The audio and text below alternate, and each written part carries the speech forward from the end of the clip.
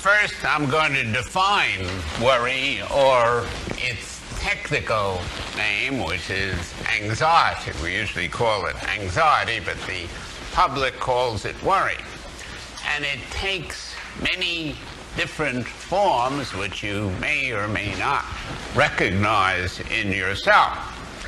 And the first is called ego worry, or ego anxiety. People worry about their doing poorly and putting themselves down for it. And the poor, as I'll say in a little while, usually means not succeeding at what they want to succeed at, and also not succeeding in their relationships. They worry much more about their relationships often than anything else. But ego worry, or ego anxiety, has many forms, such as anxiety itself, and shame, and shyness, which usually means scared shitless, and embarrassment, and humiliation, and insecurity feelings, it's often called, and I often call it self-downing, putting oneself down, inadequacy feelings, lack of confidence, withdrawal from things that you may fail at or may be rejected at, feelings of hurt very frequently have self-downing in them, and unassertiveness, again, the reason why people are unassertive usually is because they're afraid to fail and will put themselves down for failing. Procrastination very often stems from worry. If I do this thing poorly or not perfectly, then I'm no damn good. And sometimes hostility is a cover-up for worry, and when you're hostile, you're really worried underneath. You're first worried, anxious, and then to cover it up, sometimes you get hostile. And this form, ego anxiety, which is usually the most dramatic form of worry because you put you down, and nobody presumably is more important to you than you, but actually the irony is the opposite, because when you're worried, you're making other people and other things more important than you and saying, I personally as a human am no damn good when those other things go wrong or I make them wrong. And the core of most anxiety, one form of it, the main core of this form of ego anxiety is self-downing. I must absolutely do well and be loved, adored, approved by other humans, especially significant others, meaning those that I think of as significant.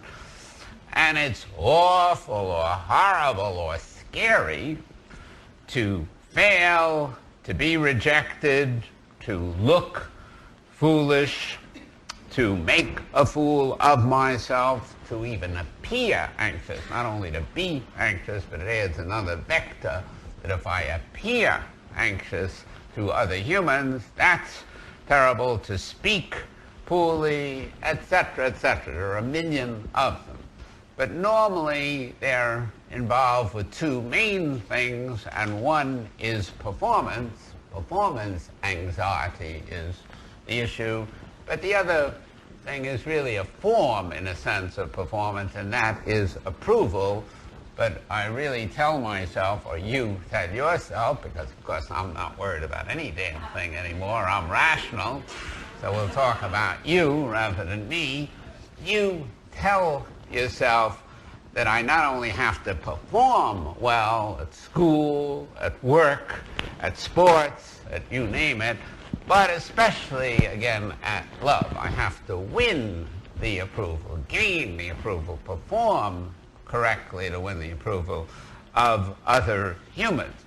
So the big and most dramatic form of worry, and probably the most common form, is ego worry, ego anxiety, performance anxiety, the dire need for approval, not just the wish or the want or the preference for performance and approval. Everybody has that. Every human who's in the least human would have that. But the dire necessity to perform well and to perform well in human, especially love relationships. Then the second form, which I called years ago discomfort anxiety or discomfort worry, is not as dramatic, but it's very, very pervasive. And sometimes it takes the form of hostility, that you, other people in whom I'm interested in, whose approval I really not only want but need, that you must treat me kindly, have to treat me fairly, must take care of me so that you'll give me exactly what I want, and not force me to do things that would provoke anxiety or worry or bring on any discomfort. So frequently it takes the form of hostility to others, but much of the time, because hostility to others is very dramatic, it results in such things as fights and feuds and wars and genocide. That's very dramatic. Even in the goddamn movies, it's very dramatic. But the other is less dramatic, but very, very, very prevalent, and sometimes more prevalent, and that is the discomfort anxiety, which is sort of a synonym for low frustration tolerance, or it could easily be called self-pity. You pity yourself and worry in that way and tell yourself it's awful and I can't stand it when I have hassles, when I'm in pain, when I get rejected again, not just in love but in almost anything, for a job or anything else. When I have uncertainty, I absolutely need certainty and order. When I'm in any kind of danger, whether it's real danger, physical danger, or danger, again, of failing, of rejection. And of course, in the last analysis, it's awful to die, to be dead. I should, of course, live forever now that I'm here. And another way of putting this, people not only worry about the roughness, the hardness, the hassles of the world, but they whine and scream that it's too damned hard and it shouldn't be as hard as it indubitably is. And there's only some hardness allowed, a certain degree, a mild degree of hardness is allowed, but not more than that. But then to make things really rough, all these forms of worry, shame, humiliation, self-downing, ego anxiety, discomfort anxiety, etc., etc., etc., because there are many real forms of them. And don't think that if you have one, you can't also have the other. You can be worried about one, how well you do, two, how well those other bastards in the world do you in, and three, about the goddamn conditions, the world itself around you, the environment, the ecology, and everything else. So you can be talented and worry about all three. You have no trouble doing that. But then to make things infinitely worse, most humans, just about all of them, are born with a tendency to worry about worry. That really complicates things, because once they make themselves worry, and I'll show you partly how they do this in a minute. I've already briefly said so, but I'll show you in more detail. But once they make themselves worry about anything, then they realize, they observe, they see that they are really off the goddamn wall and worried, and that's very uncomfortable. And also, as again we'll say a little later, it leads to greater failure, including the failure of people observing that you worry. So they worry about worry. Now schematically it goes as follows in the famous ABCs of RET, that you have goals and values, and your goals and values are normally to succeed, to be approved, to be comfortable. Those are the three basic goals and values, which practically all humans, practically all over the world have. They have them about different things, different sports here than in other places, and different kind of work here, but they practically all have the same basic values: to get along with other humans, to be approved by them, to succeed at various kinds of tasks, not just one task, and especially important tasks like vocational tasks are quite important, and to be comfortable, to not be diseased, not be in pain. Those are the three basic things. So those are your goals and values. And then you go to A in the ABCs, activating events, sometimes called adversity, where those values are not acceded to, where you get rejected, you do fail, or you're in pain, discomfort. And then at C, consequence, you have a choice of making yourself feel appropriately sorry, regretful, frustrated, annoyed, which are negative feelings, but they're pretty good feelings because they send you back to A to change it, or if necessary, if you can't change it, to live with it. But you would feel sad and sorry and regretful if you failed, if you got rejected, if you were uncomfortable, if other people did you in. Those are all kinds of things that you don't want. They're against your goals and values. So at C, you have a choice of feeling appropriately sorry and sad, or inappropriately horrified, terrified, worried. And let's suppose that you pick C. Now, how do you pick C? You pick it mainly by taking your perfectly sane, sensible, normal, healthy, rational beliefs that I don't like A. A is a pain in the ass. I wish to hell it weren't so. The rejection, the frustration, the lack of success, the failure, etc. I wish it weren't so, but alas, it is. Now, what do I do to change it or live with it? Then you feel, if you stick to that preference, that desire, that wish to have A, not the bad way against your values that it is, that's fine. So you produce C, consequence. Good consequence, even though it's a painful feeling. But then, alas, being a screwball, a talented screwball to begin with, an innate whiner who takes A and whines and wails about it instead of trying to live with it or correct it, you go on to a demand, a command that adversity, activating events that are against my interests and values, absolutely under no conditions should not, must not exist. And as soon as you take your desires and raise them or change them into Jehovian commands that I must do well and you must treat me well, and the goddamn world must recognize how noble I am and do well by me, as soon as you tell yourself that crap, that horseshit, then at C, consequence, you produce anxiety, worry, shame, all those things I mentioned a few minutes ago. But, as I said, being very good at this game of plaguing yourself, you're a born self-plaguer. Why are you a born self-plaguer? Because you are, because you're a goddamn human, because humans are crazy, because that's their nature. They don't need their mothers and fathers to help them, though they get some help from their mothers and fathers. But as I always say, if you were lucky enough to be born an orphan, you'd still be out of your fucking mind. That's your nature, to upset yourself, to worry. You do it. You don't need aid from your mother and father. They help. As I said, they're really good at that. But you don't need them. So you choose to feel anxious, worried, ashamed, down, self-hating, hating other people at sea. And then you notice that. You say, I am worried. I am upset. I am anxious. And then you could sanely say, as I dislike, as I don't want to be, I wish it weren't so, what a pain in the tuchus, a pain in the ass that is.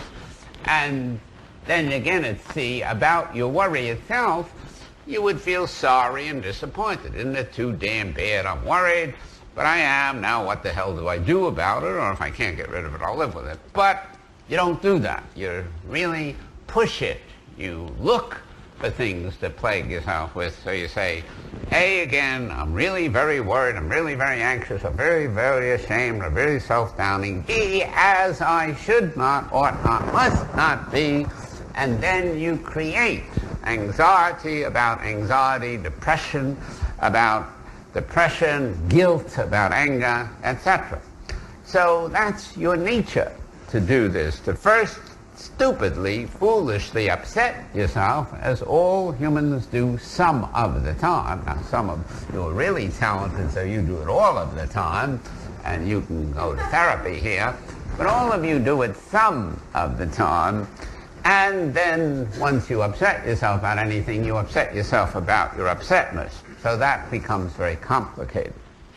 And the problem is to really first unupset yourself about your worry, about your anxiety, about your self-doubting, accept it, see it, recognize it, feel it, and then don't down yourself for having it, and then go back to it, as I'll show you how to do in a few minutes, to minimize or preferably get rid of it. But you'll never get rid of all anxiety all the time, because that would be utopian and inhuman. But you can get rid of much anxiety, or even most anxiety, most real worry, most of the time, if, of course, you're bright enough to listen to what I'm going to say now. If you're stupid and you don't listen, then you'll never get rid of it. But I'm not going to upset myself about that. That's your problem. Okay. So now, what are some of the main other causes? I just gave you the main causes of worry, anxiety, and worry about worry. Your demand, your command that you have to perform well, that people must do your bidding, that you have to be loved and approved the way you want to, and that the life must be easy, particularly for a doll like you. So those demands you're going to upset yourself with. But what else are things? Are there other factors in life which lead to anxiety and worry? And alas, there are, and some of them you don't really control, or you only partially control. For example, we know statistically when we study them that people are much more anxious, not to mention depressed, when they make major life changes. They really change their profession or move to another city or something like that. When so-called traumatic events occur, something really harsh happens to them. It could be illness, it could be a disease, it could be death in the family. There are many traumatic events. Now, actually, these events in themselves are not traumatic. It's the way you look at them, but most people call them traumatic because most people look at them very badly and do upset themselves about it. And the other thing that contributes to worry is the meanings you give to frustrations. The more frustrations you have, you'll probably worry more, but it's not really because of the frustrations. The meanings that you give to them, defining them as horrible and awful, when they're just, as usual, a pain in the ass, period. Lack of personal hardiness. Some people are raised and born hardier than others. So if you're vulnerable, if you're weak and unhardy, that will enhance your worry.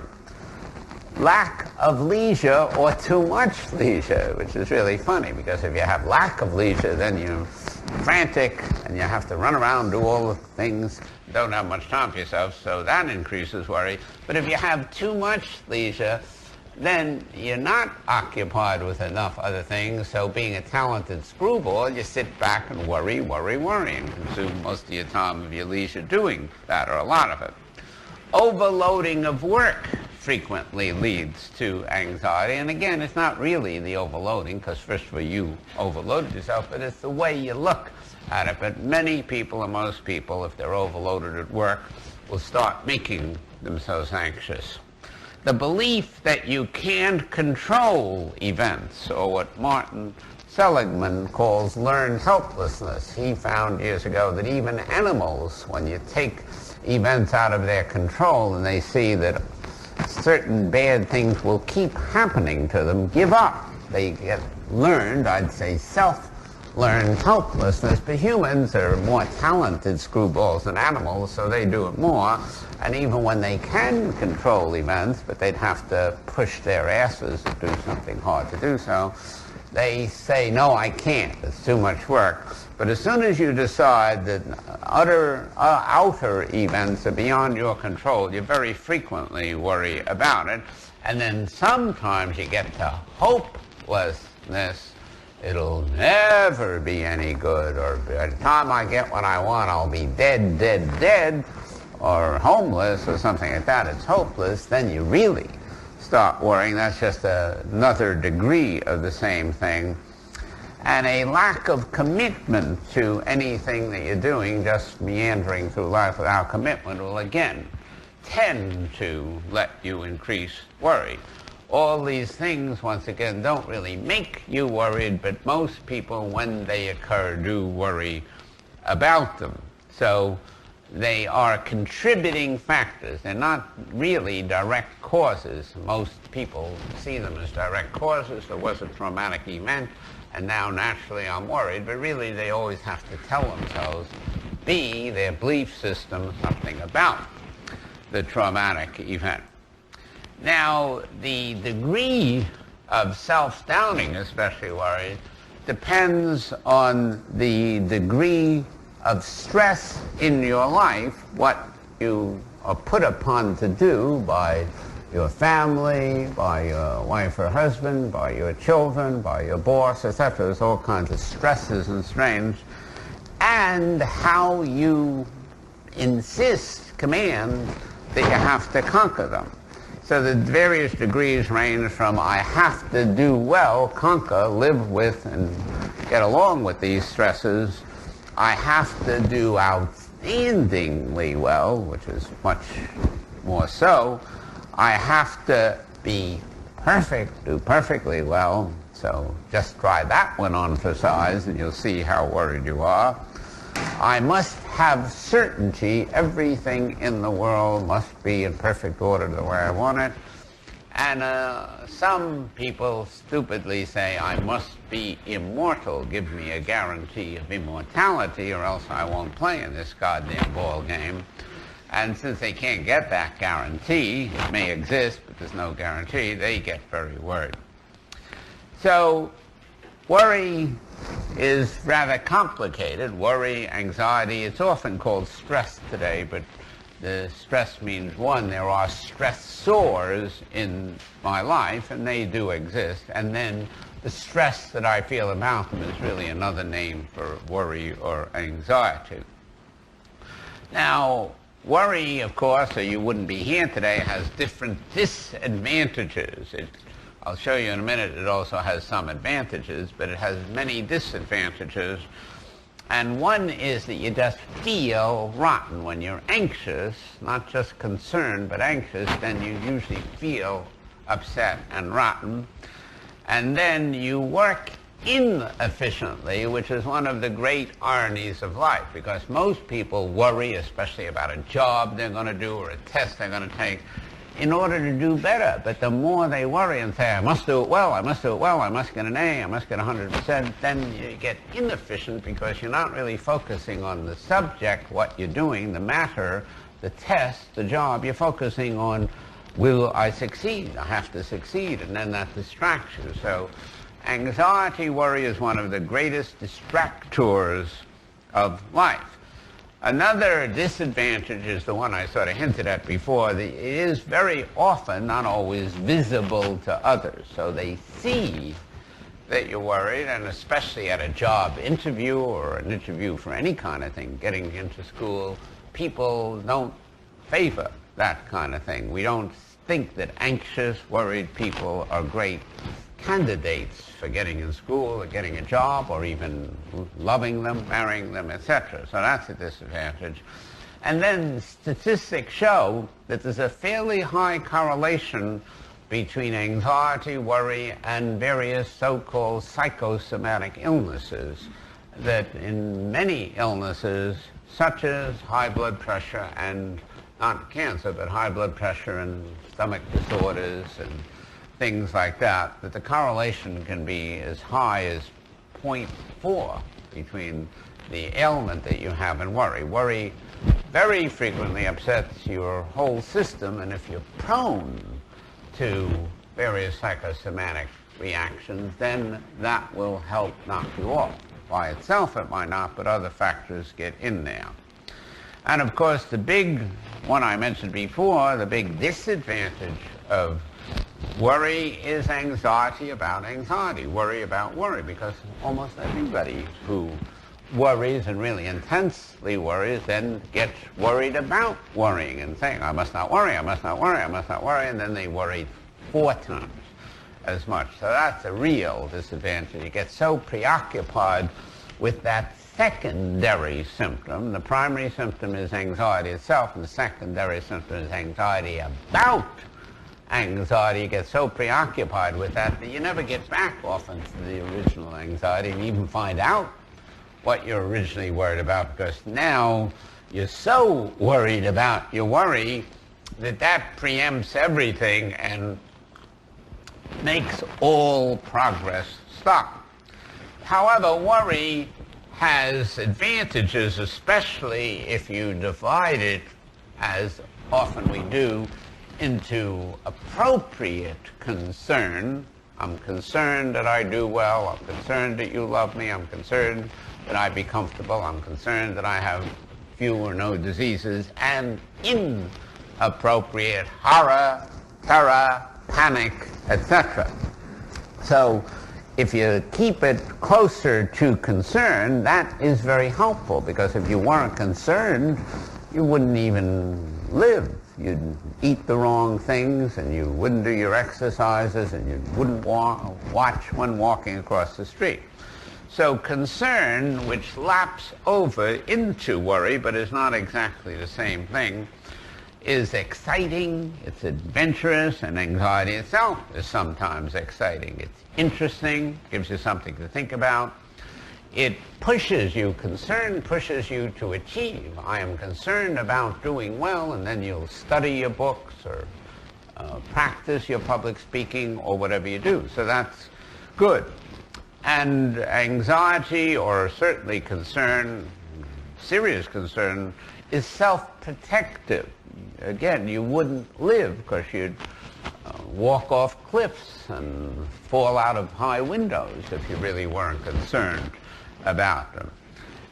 Concern leads to enjoyment, because you hate the hassles of the world. You're concerned about them and the blocks. And then you look for more enjoyable things, look for a better job, look for a better love relationship. So that leads to greater enjoyments.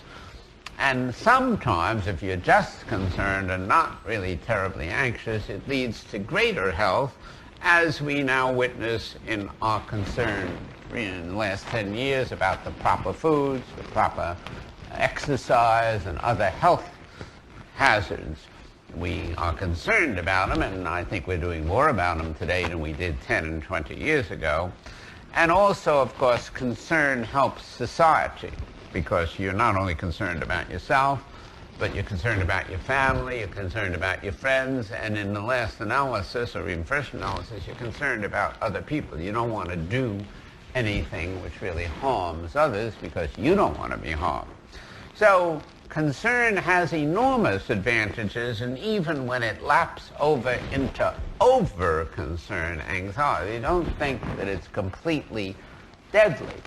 People always ask me, well, why is the goddamn human race so over-concerned, so anxious? Because it doesn't do that much good, and it has great disadvantages. And the answer is probably that in caveman and cavewoman days, you had to be very, very concerned, practically anxious, because you had great hazards such as lions and tigers and fire and other humans to fight with. And consequently, unless you were on the qui vive, very, very concerned about it and practically watching every second, because humans, don't forget, are thin-skinned animals, you probably wouldn't have survived. So anxiety may have helped humans to survive in the old days, and we still preserve it. It doesn't easily go down, and it would be nice if we got it only into appropriate concern, but it overlaps with inappropriate over-concern.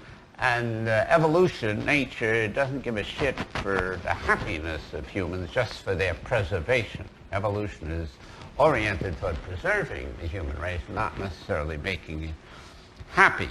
So consequently, over-concern, anxiety, even terror, even horror, may be inbuilt into the human race. It's very easy for us to tap into it, even though today, with police force, presumably a police force in New York City, and with other safety factors around, we have insurance, for example, today against the house burning down, and we live in houses that are not subject to rain and even earthquakes very easily. They can survive, so there's less reason for utter safety than there was thousands and thousands of years ago. But we still better be very concerned, especially when a lot of humans live together, because then they have to cope with other humans. But to get back to the main psychological causes of anxiety, worry, terror, fright, etc., the usual thing is first the need to succeed, to be outstanding, to be great, to be perfect, etc. Then the very, very usual one, and probably again made the human race survive, is the need for approval, because humans are gregarious animals, and if they just live by themselves or with one or two others, as a few animals do, all birds don't go in flocks, and all animals aren't in great groups. Some of them are. So the need for approval probably stems from the gregariousness of humans, but it gets escalated to the horror of disapproval and the dire necessity for status, wealth, sex, a mate, romantic love, etc. So you take anything that's good, like gregariousness, getting along socially with others and mating, those are good things, and you make them into dire necessities. That's what RET says is the essence of what we call neurotic disturbance, taking almost any preference, goal, value, desire, practically all of which are okay if they're just in that range, and then saying, because I like it, it has to be, or because I dislike it, it must never exist. Now, as soon as you say that, you get into trouble. And then the next thing, which is reasonably common in, I think, all social groups, is the dire need for fairness and justice. That in your original family you think, justice and fairness, and then among your peers, your mate, your children, even your acquaintances. Most people take the desire for justice and fairness, which helps humans survive again, very much so, and they make it into a dire necessity. And then in low frustration tolerance, where you have to have the surroundings, the condition, the environment good, you have that in your original family where you start demanding it, and I think that little kids started early in life. At 1 or 2, they whine and scream that they must get their way, and then a little later on they get ego.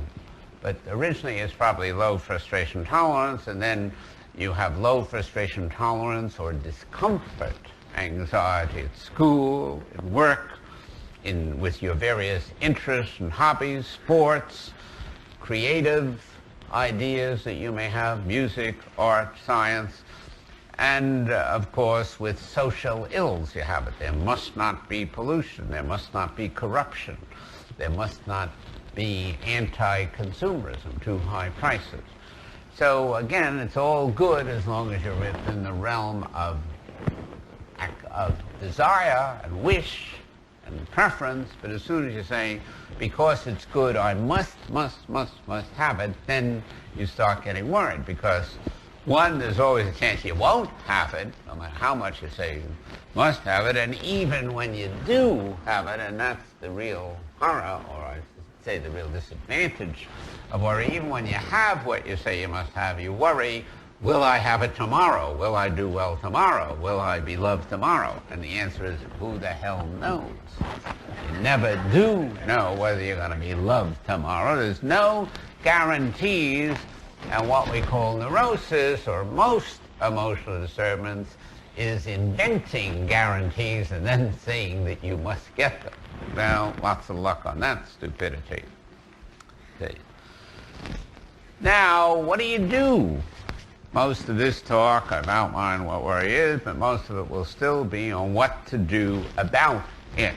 All right? Now, first of all, you can change some of those activating events, those adversities in the world. You could go for economic betterment, for example, ecological change. We have a lot of people working in that area today. You can move to a new neighborhood or a new job when things are rotten. You can sometimes get rid of bad things by marrying, but sometimes you bring on more bad things, which is unfortunate. Or sometimes you get rid of bad things by divorcing. Sometimes that's a happier way of getting rid of them. Going away to school, you can change those activating events. Vacations will temporarily change them, but then unfortunately you have to come back to the goddamn hassle. Simplifying your life, the things you do will often help you. Getting more structured, figuring out how to plot and scheme your life and plan it. Sometimes taking time out in vacations is one way, but you can take time out without vacation, just temporarily. You can take weekends off, you can take a few hours off or a day off. To break up the stressors of your life, the things you'd better do to get along in life, and that includes work and relating to others and all kinds of stressors, into smaller pieces, because many people worry because they have to do too many things at once. So sometimes by breaking them up into smaller pieces. One good way to worry less, but people won't take it most of the time at the A's of life, the activating events, is to just accept the fact that you're going to often have mediocre solutions to them. And then you just accept that, and that will help you live with them. Plan things beforehand, the things that you do, and then presumably you'll worry a little less later. Don't, again, try too much. Then there are many kinds of problem solving. In RET, we usually try to get people over their emotional disturbances first. Their upsetness, again, their anxiety, their terror, their worry, their self-downing, their rage at other people, their self-pity and self-hatred, and then we go back to those activating events to try to show them how to problem solve better. We do both. But you in your own life, when you have real hassles at activating events, adversities in your life, they usually are at work or in school or in family or wherever they are, even in sports, then you can try problem-solving techniques such as analyzing the situation, considering alternatives. People get hung up when they don't consider alternatives. Try many kinds of solutions before you accept one. Validate and check your solutions to your problems. Seek better solutions. Even when you get one that seems to work so far, you can often get better. Assume that a solution to a given problem is possible, not needed. You don't have to, but it's possible, and that something can be changed. So you can do many things such as these to problem solve, and that again largely makes activating events in your life, stressors, better. Doesn't make them completely better, but better. But you can do that kind of thing. And you can inoculate yourself against stress. Donald Meichenbaum, who is a good cognitive behavior therapist, has specialized since about 1970 in stress inoculation, to inoculate yourself against it. And to do that, you get information about stressful things, and you train yourself in coping skills, showing that you can do better than before. You don't have to, but you can, and then you figure out how to do that and apply your new coping skills to graded problems, first in your head, imaginary ones that you make up, but then actual problems in the world. And you can use reinforcement principles that whenever you do use stress inoculation, you figure out a solution, you reward yourself for having gone through this trouble, and then you could even penalize yourself if you did. But RET, as I said before, mainly tries to get at the core, the philosophic core of how you make yourself over-concerned, worried, frightened, needlessly frightened, since you better be frightened of real dangers. Again, when you're walking across the street, you're frightened about closing your eyes and not seeing the way, and even if on a very dark night without lights, you'd be frightened. So you better be fearful of many real dangers. But worry normally means fearful about not so real dangers, or exaggerated fear that you really made up about the dangers. And the first thing you do in RET, we have, as usual, many thinking techniques and many behavioral techniques, many emotive, evocative techniques. But among the thinking techniques, whenever you're worried about anything, you use our cardinal rule, cherchez le should, cherchez le must. Whenever you're really upset, look for the goddamn should. Look for the must, such as before, I have to do well, I must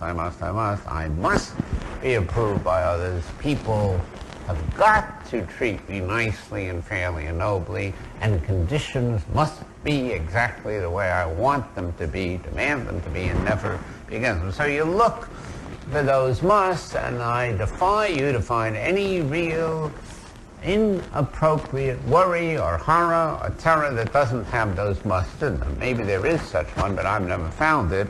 And if you come, as many of you have, to my Friday night workshops, I think you see that whoever volunteers on Friday, I show them right away their musts, because you can figure them out if you look for them and assume that whenever you're really panicked, you're really terrified, you're really off the goddamn wall, that you are consciously or unconsciously sneaking in a must. So you find it and rip it up, and you go to what we call the derivatives of the must, which is first awfulizing, because I have to do well and you must treat me nobly and kindly, and conditions have got to be the way I want it. It's awful, terrible, and horrible if I don't. And you rip those up and you see, if you really think about them, that awful and horrible and terrible are definitions. You make them up. There are many very, very bad things in the world, meaning against your goals, against your values, against your interests. But none of them are really awful, even the very bad ones, because awful normally means completely, totally, 100% bad, which just about nothing ever is. More than bad, 110% bad, which you wouldn't think anybody would believe in, but the whole world believes in 110% badness when they define something as awful, and badder than it must be. It's 82% bad, and it must only be 80% bad, therefore it's awful. So you face the fact that you create the awfulizing. You don't create the badness in the world. There are many other people who are great at creating badness for you. Some of your close relatives, for example, and some of your best friends. They're very good at creating badness. But you awfulize about the badness, and along with the awfulizing you say, because it's so damn bad as it must not be, I can't bear it. I can't stand it, I can't tolerate it, and that's arrant horseshit, because I can't bear it means, one, I'll die of it, and very few of you will die at losing at ping pong. And you will be able to stand it. Some people do kill themselves, commit suicide because they lost a ping pong game or anything else. Very few of you will die of lack of love. You love somebody madly because you have poor taste, of course, and love them madly, and then they don't love you in return. Well, I haven't found a single person who died of that, but some screwballs kill themselves because they say, I can't stand it, I can't bear it, instead of I don't like it, but if I stop telling myself this crap, this horseshit that I can't stand it, then I get back to, there are almost always, I won't say always, alternative solutions. Because if you love X, believe it or not, you can also love Y or Z. X is stupid enough not to love you back. And whatever your goal is, whether it's work or play or anything, you can find alternatives, and I can't stand it means nothing in the whole world but this X will satisfy me. Well, that's a stupid definition in your head. So you say, this may satisfy me more than anything else, because it may, but damn it, I'm going to also be satisfied if I have to be with second, third, or fourth on the list. So you always can stand what you don't like until you're dead, and then you won't have to worry about it once you're dead. And then the biggie, of course, is because I'm not doing as well as I must, and I'm not being as loved and adored and approved as I should absolutely be, I am no damn good. I am a turd for acting turdily as I must not act. Now that's utter crap. It's about the worst idea ever invented by humans, but about 100% have it much of the time, not all the time. And to get that, again, it's a nutty definition. You're defining yourself, your being, your essence, your personhood in terms of some performance or act.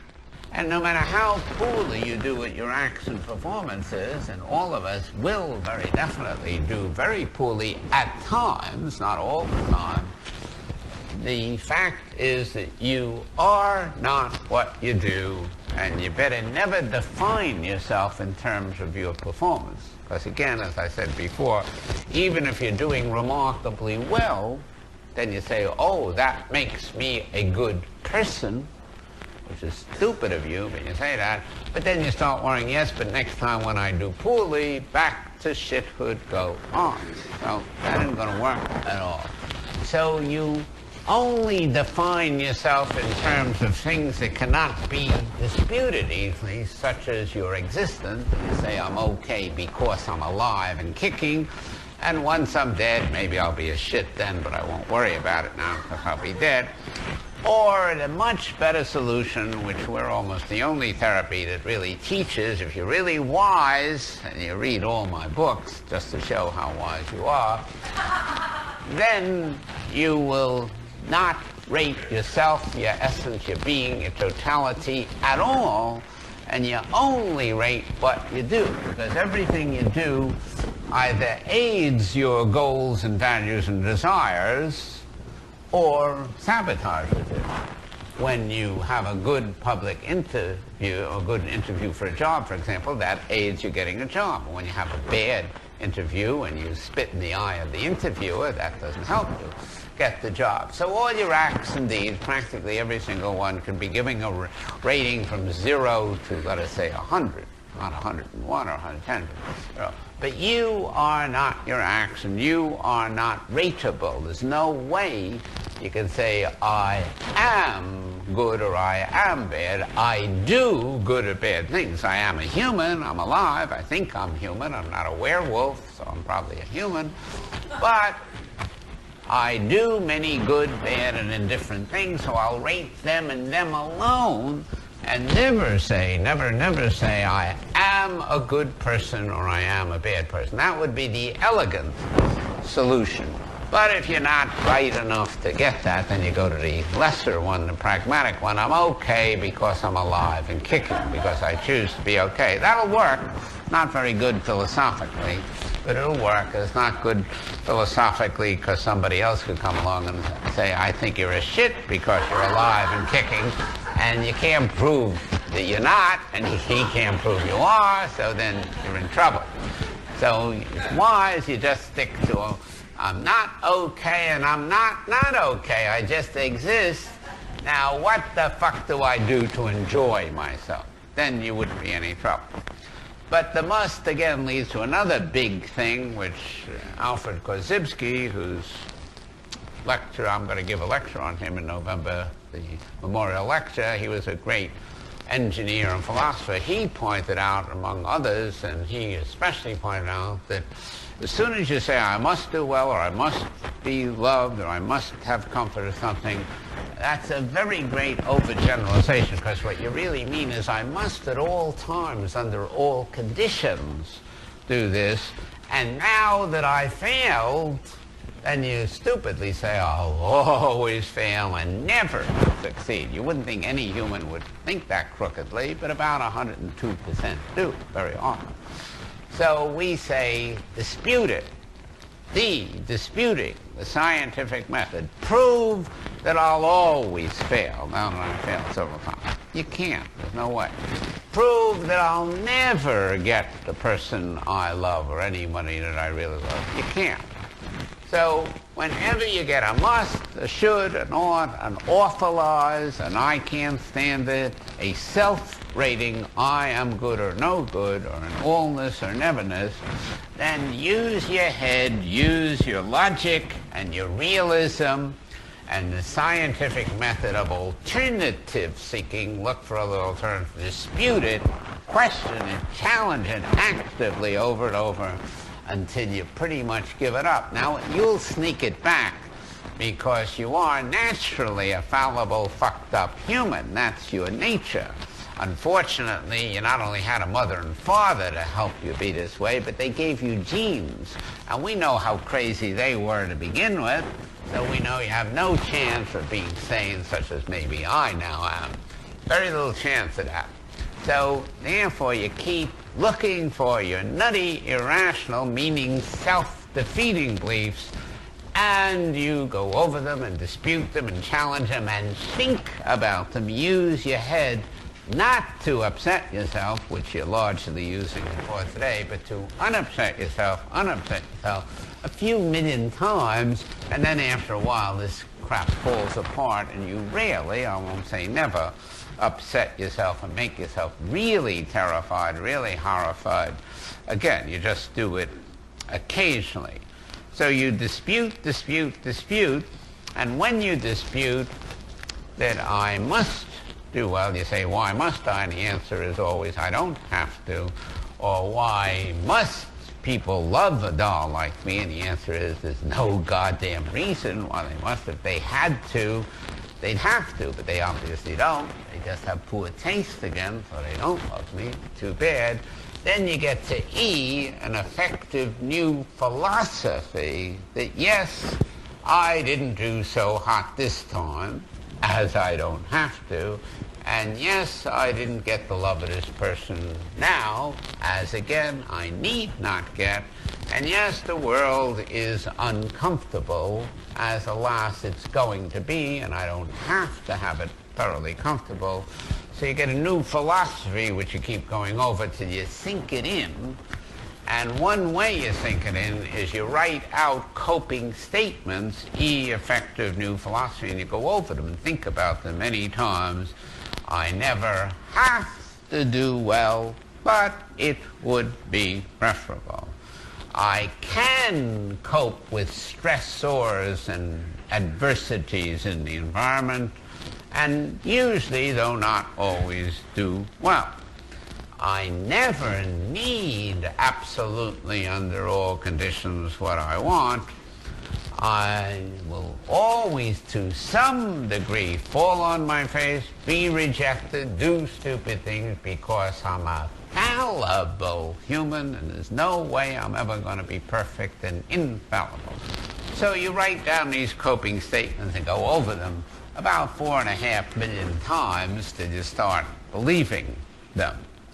Then another thing you can do, another thinking technique, is called modeling, where you look for people who are not that worried, even under adverse circumstances, You'll have a hard time finding some of them, but you can find people that you know or people that you read about in biographies who really had a lot of grim things, stressors happen to them, and they still weren't upset about them. And you model yourself. You see how they did it, and you model yourself after them, which you can do.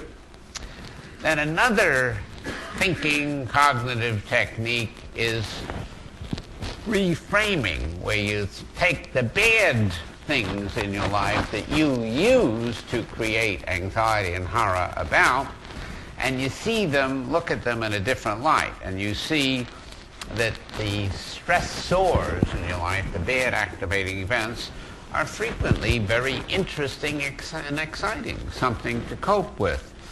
And they give you a challenge of overcoming them if you stop whining and screaming about them. And they almost all have some good points, because no matter how stressful or even bad a thing is, you can learn by it and find some good aspects of it, so you look for them.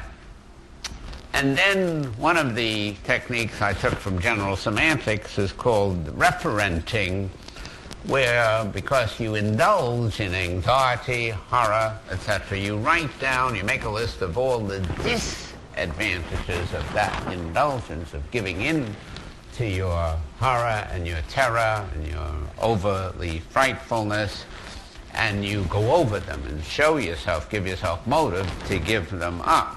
And the advantages of unconditionally, at all times, no matter how you do, accepting yourself, and then you won't worry very much if you have unconditional acceptance, and then you look at those advantages.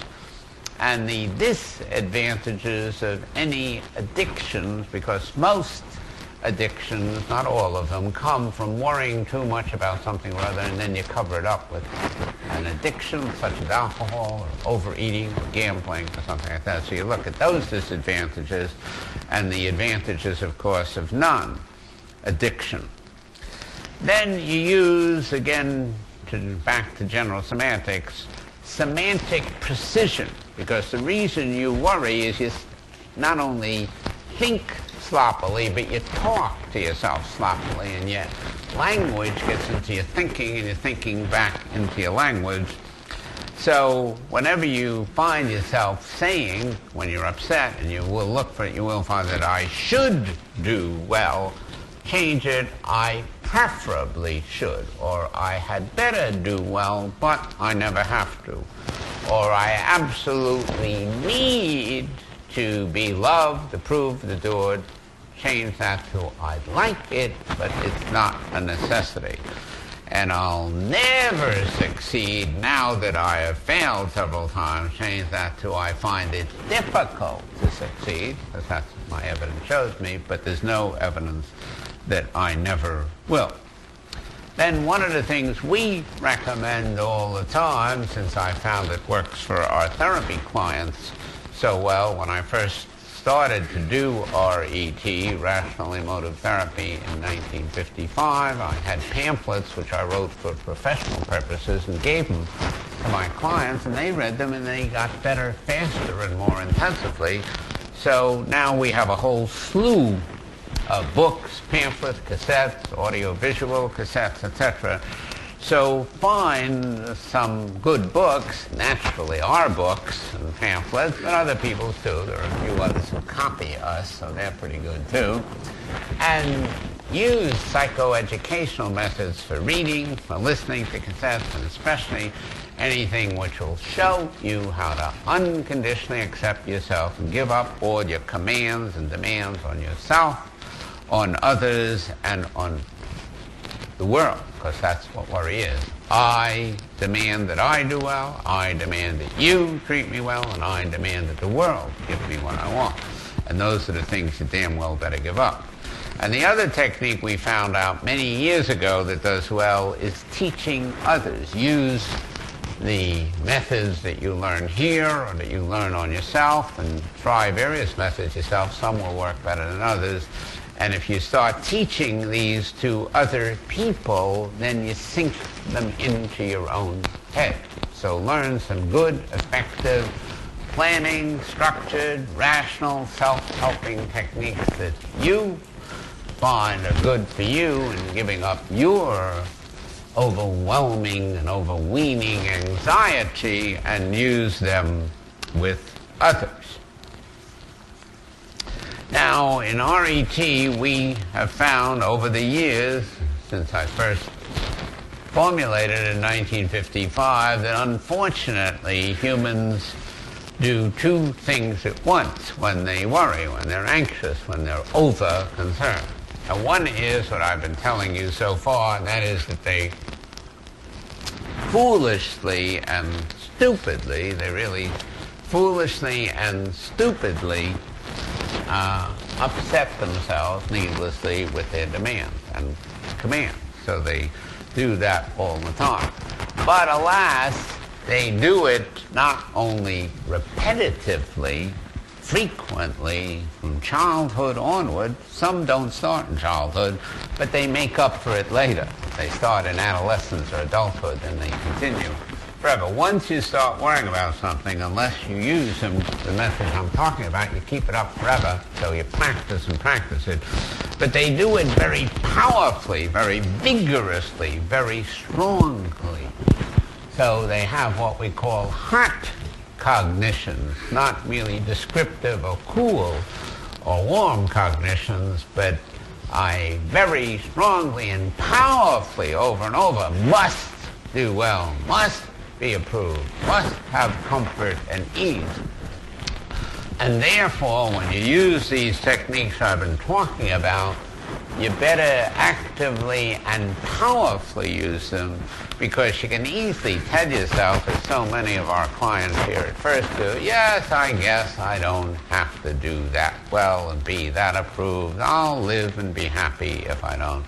But underneath they're saying, but I really should. And that wins out. So whenever you're using a sensible, rational technique and it's not working, look for the fact that you're probably using it lightly, very, very lightly, not vigorously, and fight it very, very forcefully, vehemently.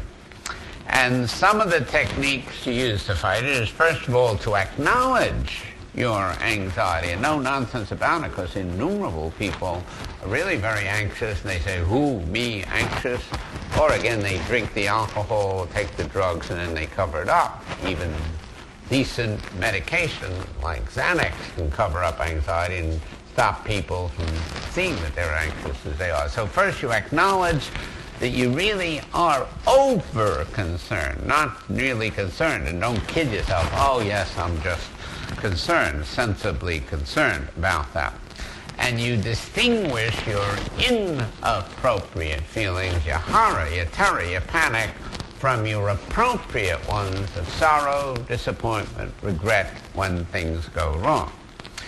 And emotively, you work especially on what I said before, and you work very strongly to always, always accept you, not what you do, but you, the doer, whether or not you perform well, whether or not anybody loves you, whether or not the goddamn world is very unfair and uncomfortable to you.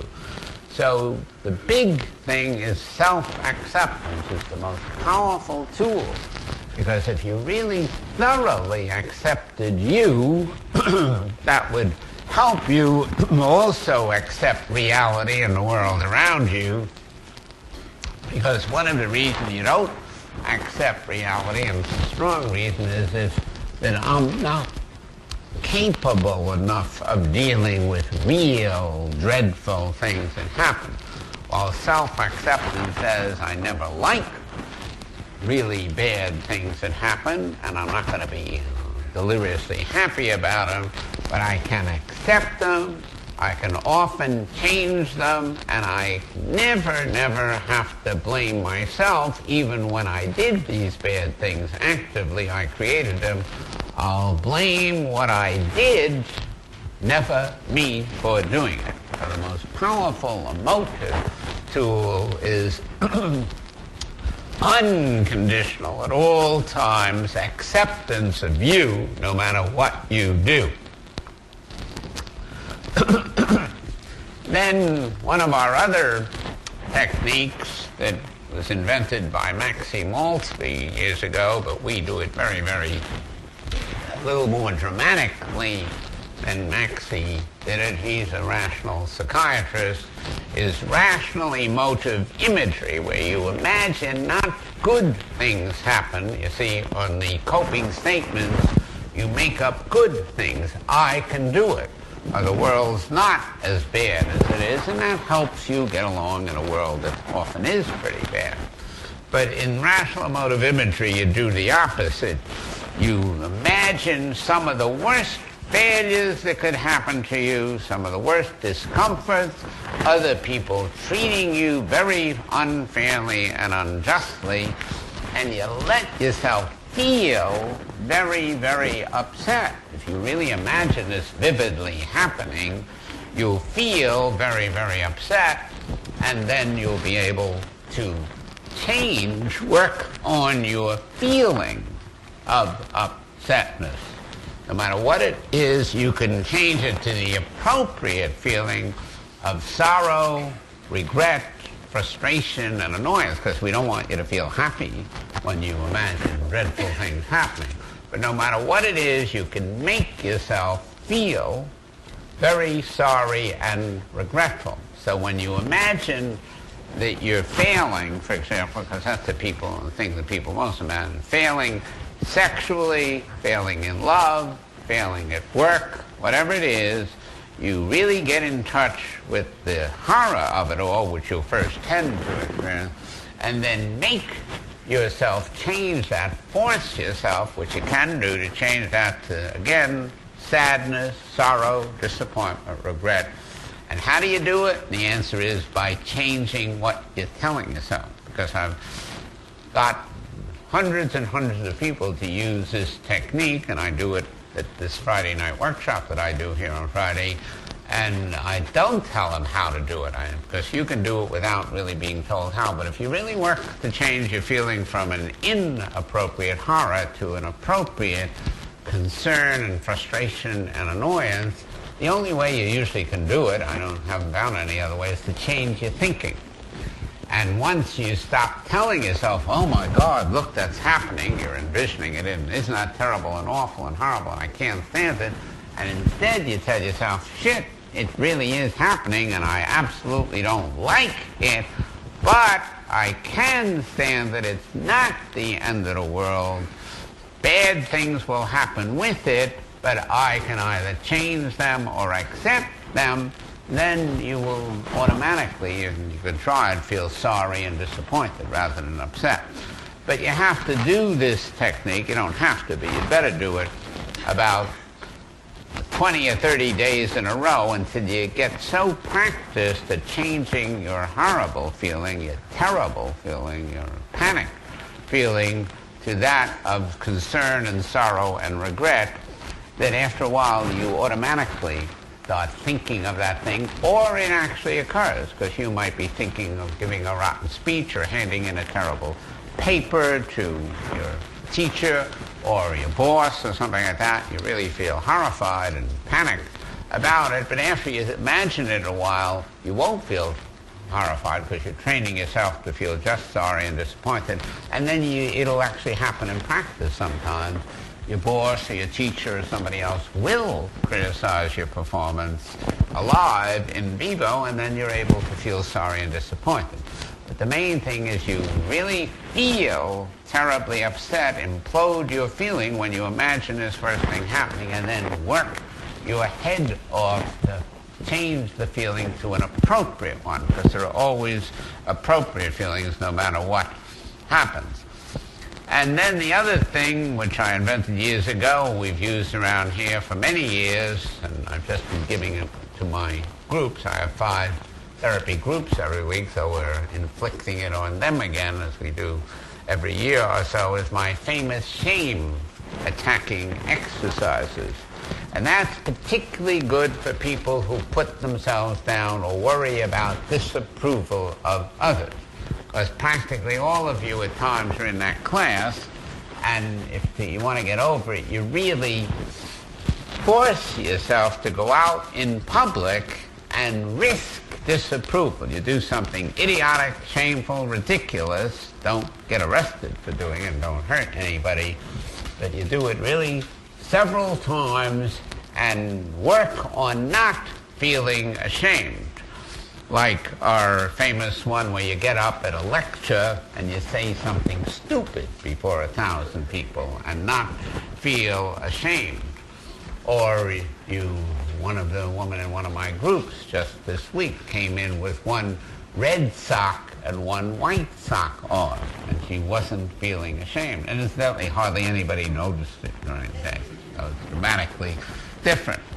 Or our really famous one, which we've been using for years, but has now been upped and changed for the better, where you go to a drugstore at a crowded hour and you say in a loud voice so everybody can hear, "I'd like a gross of condoms.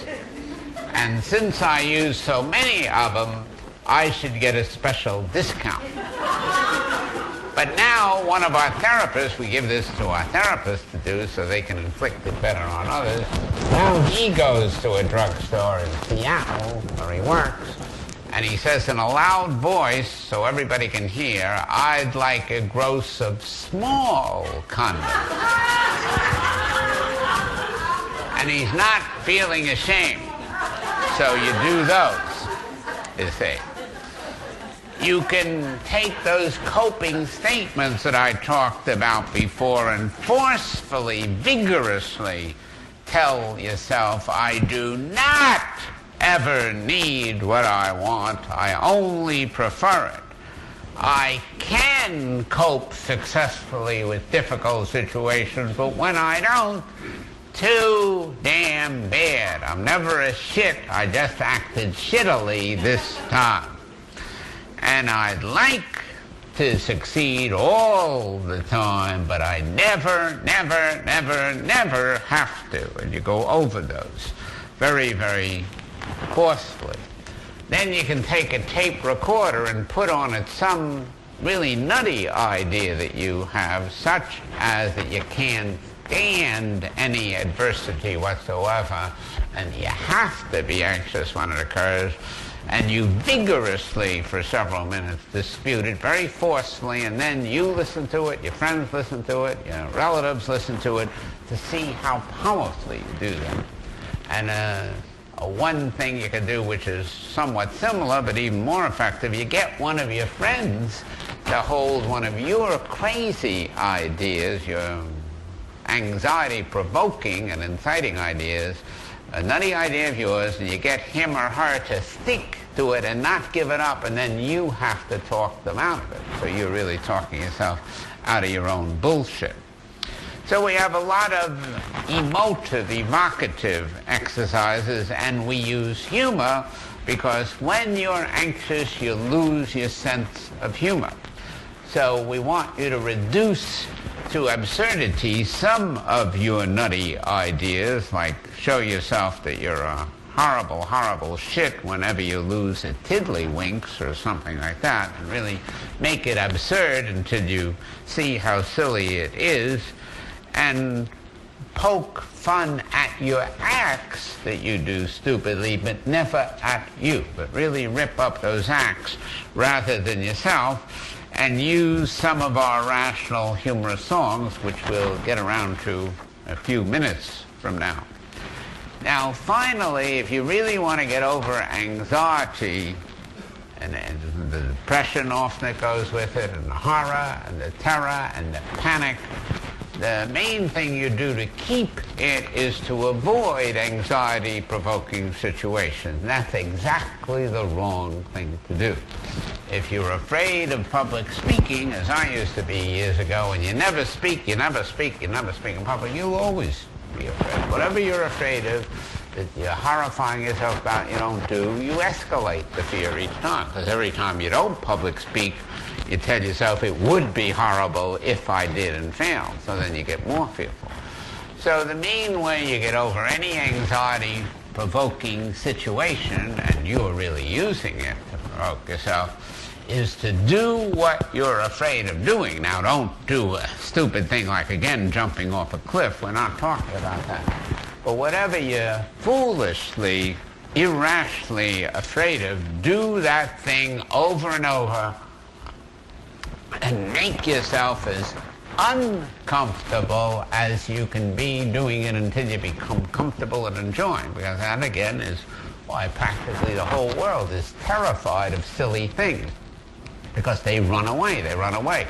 They won't go through discomfort, and the secret of practically all good psychotherapy and self-help therapy is to deliberately make yourself uncomfortable, uncomfortable, uncomfortable until you become very usually, not all the time, but you usually will, comfortable, and then very frequently you'll enjoy it. If you do those shame-attacking exercises, you'll be very uncomfortable at first, but do them and do them and do them, and then you find that they're humorous, funny, and you start enjoying it. The other people who are watching you may not enjoy it, but you do. So do what you're afraid of, do it uncomfortably, keep doing it. You can, if you want, reinforce yourself with something very, very pleasant only after you do the shame-attacking or the anxiety-attacking exercise, and you can penalize yourself. If you're really going to indulge in your silly anxiety, which most of the world does very frequently, almost everybody does it. They have different ones, you all have different ones, but they have something. Almost everybody is making himself and herself anxious. Then if you won't attack it, you won't act against it, you won't feel against it, you won't think against it, then very often figure out some really obnoxious penalty, and every time you don't make yourself uncomfortable and you indulge in it, then give yourself that penalty.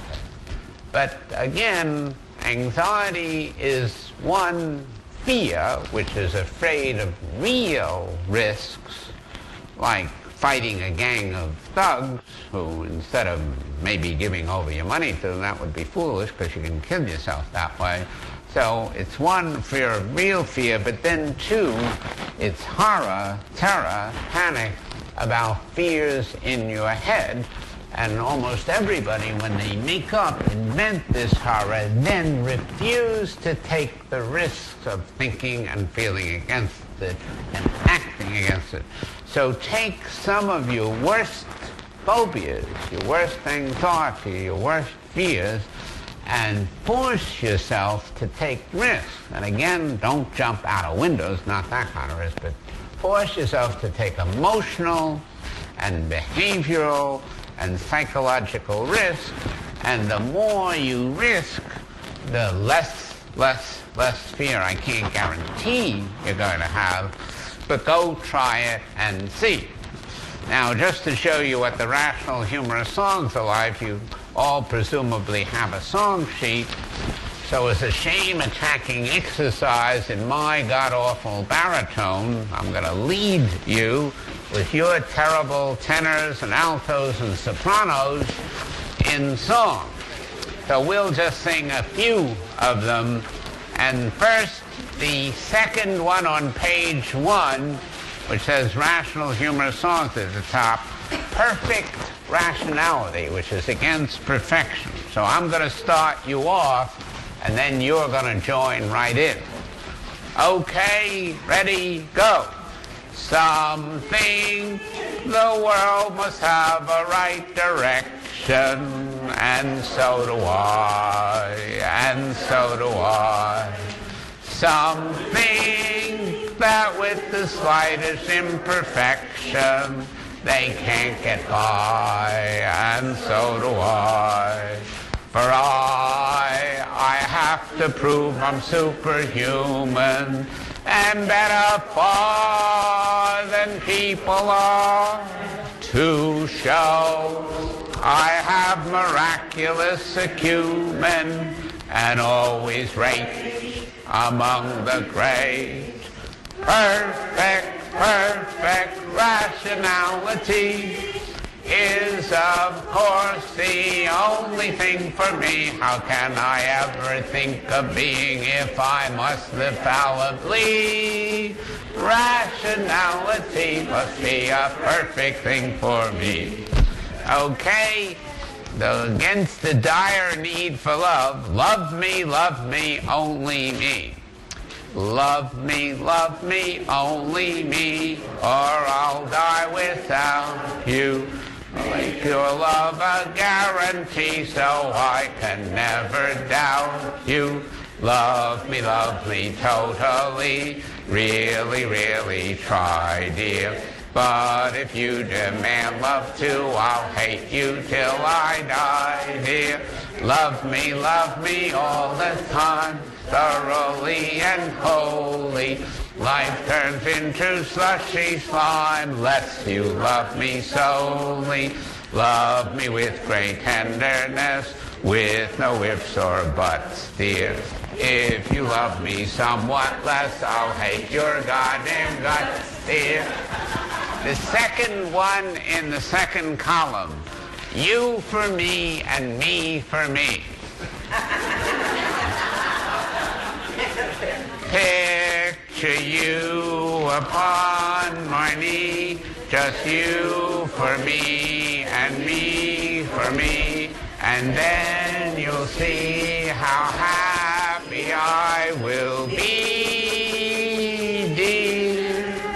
Though you beseech me, you never will reach me, for I am autistic as any real mystic, and only relate to myself with a great to-do, dear. If you dare to try to care, you'll see my caring soon will wear, for I can pair and make our sharing fair. If you want a family, we'll both agree you'll baby me. Then you'll see how happy I will be. I'm just wild about worry. Oh, I'm just wild about worry, and worry's wild about me. We're quite a twosome to make, like gruesome and filled with anxiety. Oh, worry's anguish I curry, and look for its guarantee. Oh, I'm just wild about worry, and worry's wild about, never mild about, most beguiled about me.